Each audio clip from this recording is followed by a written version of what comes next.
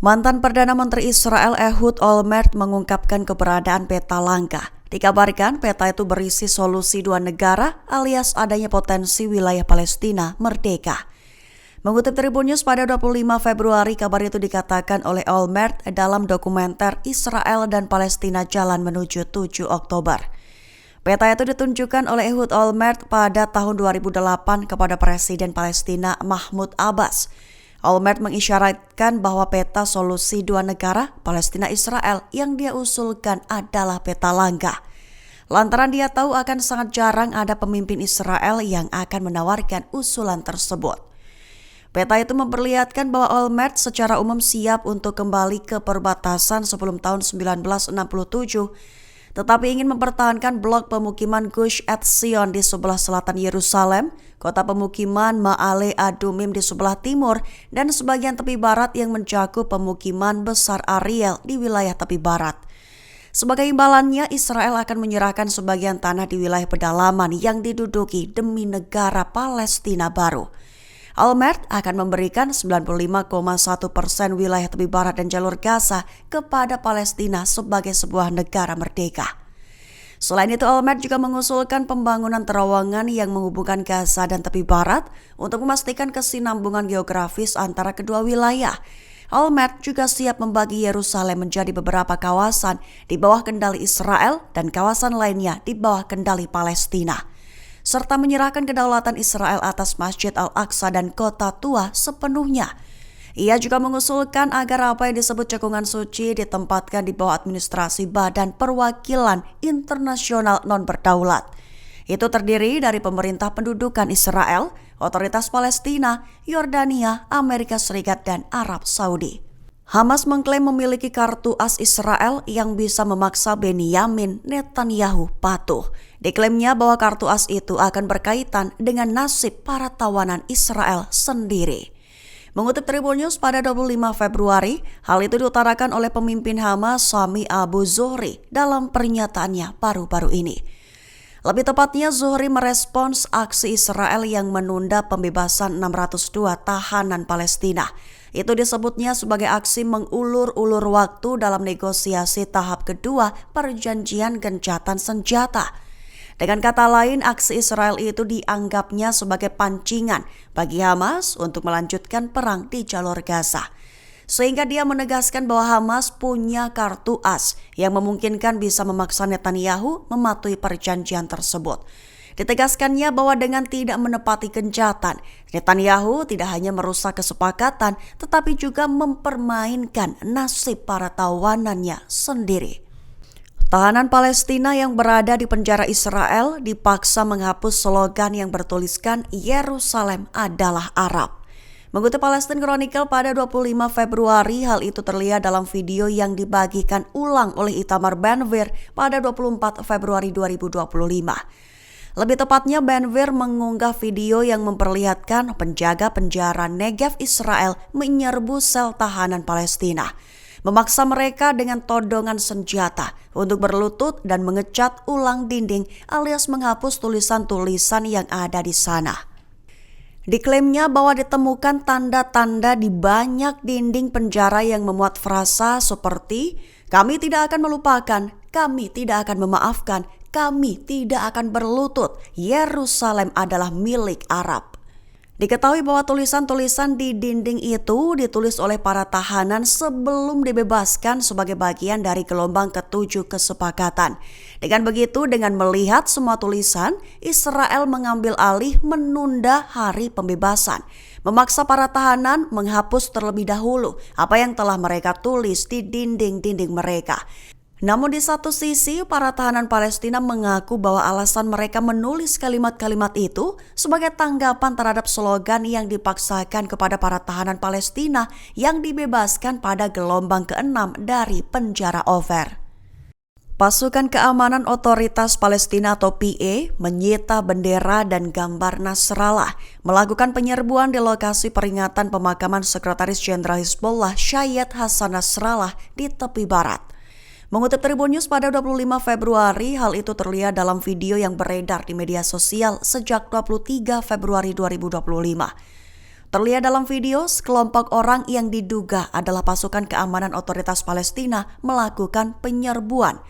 Tak hanya menyerbu, mereka juga menyita bendera, merobek beberapa gambar, dan menyerang seorang wanita sambil melontarkan makian kepada peserta lainnya.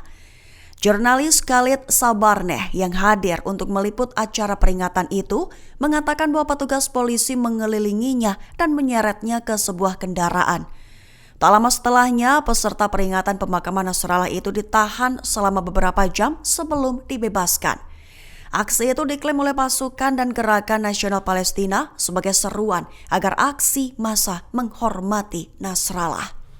Perdana Menteri Israel Benjamin Netanyahu dituduh telah mengasingkan sang anak yakni Yair Netanyahu ke Amerika Serikat seusai adanya dugaan pemukulan. Mengutip Palestine Chronicle pada 25 Februari, tuduhan itu dilontarkan oleh anggota Knesset Nami Lazimi. Mendengar kabar itu, Yair Netanyahu telah mengajukan gugatan pencemaran nama baik terhadap Lazimi, menyusul pernyataannya bahwa ia dideportasi ke Amerika Serikat setelah diduga memukuli ayahnya. Menurut Channel 14, Yair menuntut ganti rugi sebesar 300.000 shekel atau sekira $84.000. Gugatan itu diajukannya sebagai tanggapan atas komentar Lazimi selama sidang Komite Keuangan Knesset pada Minggu 23 Februari 2025. Di mana Lazimi mengatakan bahwa Yair dikirim ke luar negeri setelah sebuah insiden di mana ia diduga memukul Netanyahu. Gugatan itu menggambarkan pernyataan Lazimi sebagai kebohongan mutlak, menuduhnya mencoba merusak reputasi Yair dengan pernyataan bermotif politik. Pengacara Yair yang tidak disebutkan namanya menunjukkan bahwa kekebalan parlemen tidak melindungi anggota Knesset dari pencemaran nama baik, terutama ketika pernyataan yang dibuat tidak terkait dengan tugas resmi mereka. Juru bicara dan senior Hamas bertikai sendiri. Juru bicara Hamas Hashim Kashem menyatakan bahwa pernyataan pejabat seniornya di Qatar, Abu Marzouk, tidak mewakili posisi Hamas.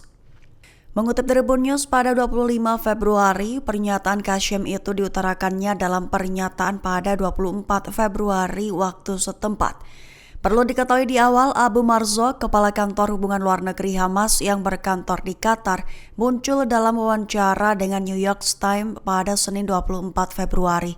Ia mengatakan tidak mengetahui rincian spesifik serangan 7 Oktober, tapi mengindikasikan dia dan pemimpin politik Hamas lainnya mendukung strategi umum serangan militer terhadap Israel.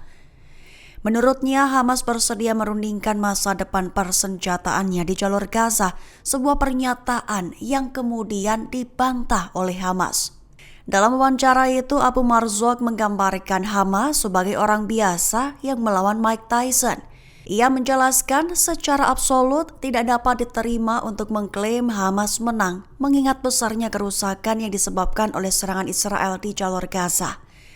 Dengan begitu, sebagai respons atas pernyataan Marzouk tersebut, Kashem menjelaskan bahwa Hamas berhak atas senjatanya sebagai senjata yang sah, serta menekankan tidak ada diskusi tentang hal itu selama masih ada pendudukan Israel di tanah Palestina. Menegaskan bahwa peristiwa 7 Oktober akan tetap menjadi titik balik dalam sejarah dan titik balik strategis dalam jalur perjuangan nasional Palestina. Situasi di tepi barat dikabarkan akan berpotensi berubah seperti jalur Gaza, mengingat IDF memakai dan mengulangi taktik yang hampir sama. Mengutip Tribun News pada 25 Februari, hal itu diutarakan oleh Nabil Abu Rodeineh, juru bicara Presiden Palestina Mahmud Abbas dalam pernyataannya baru-baru ini. Perlu diketahui di awal, Israel telah mengerahkan bulldozer, kendaraan lapis baja, pesawat tak berawak, helikopter. Bahkan untuk pertama kalinya mereka mengirim tank tempur berat di tepi barat. Diketahui dalam operasi militer kali ini Israel berfokus pada area Camp Jenin dan Nur Shams.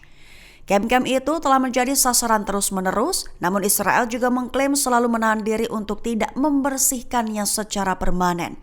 Menekankan bahwa Israel akan berfokus untuk memerangi kelompok militan termasuk Hamas dan Jihad Islam. Hal itu merupakan klaim oleh Menteri Luar Negeri Israel Gideon Sa'ar dalam pernyataannya. Namun berbeda pendapat dengan Nabil Abu Rodeineh, juru bicara Presiden Palestina Mahmud Abbas. Pihaknya mengatakan bahwa operasi di tepi barat utara tampaknya mengulangi taktik yang digunakan di Gaza. Dengan kata lain, tepi barat tak menutup kemungkinan bisa berubah seperti Gaza kedua. Lebih lanjut, pasukan Israel disebutnya secara sistematis setelah menggusur ribuan warga Palestina saat mereka bergerak dari satu tempat ke tempat lainnya. Dengan begitu, pihaknya menuntut agar pemerintah Amerika Serikat memaksa Israel untuk segera menghentikan agresi yang dilancarkannya terhadap kota-kota di tepi barat. Download Tribun X sekarang, menghadirkan lokal menjadi Indonesia.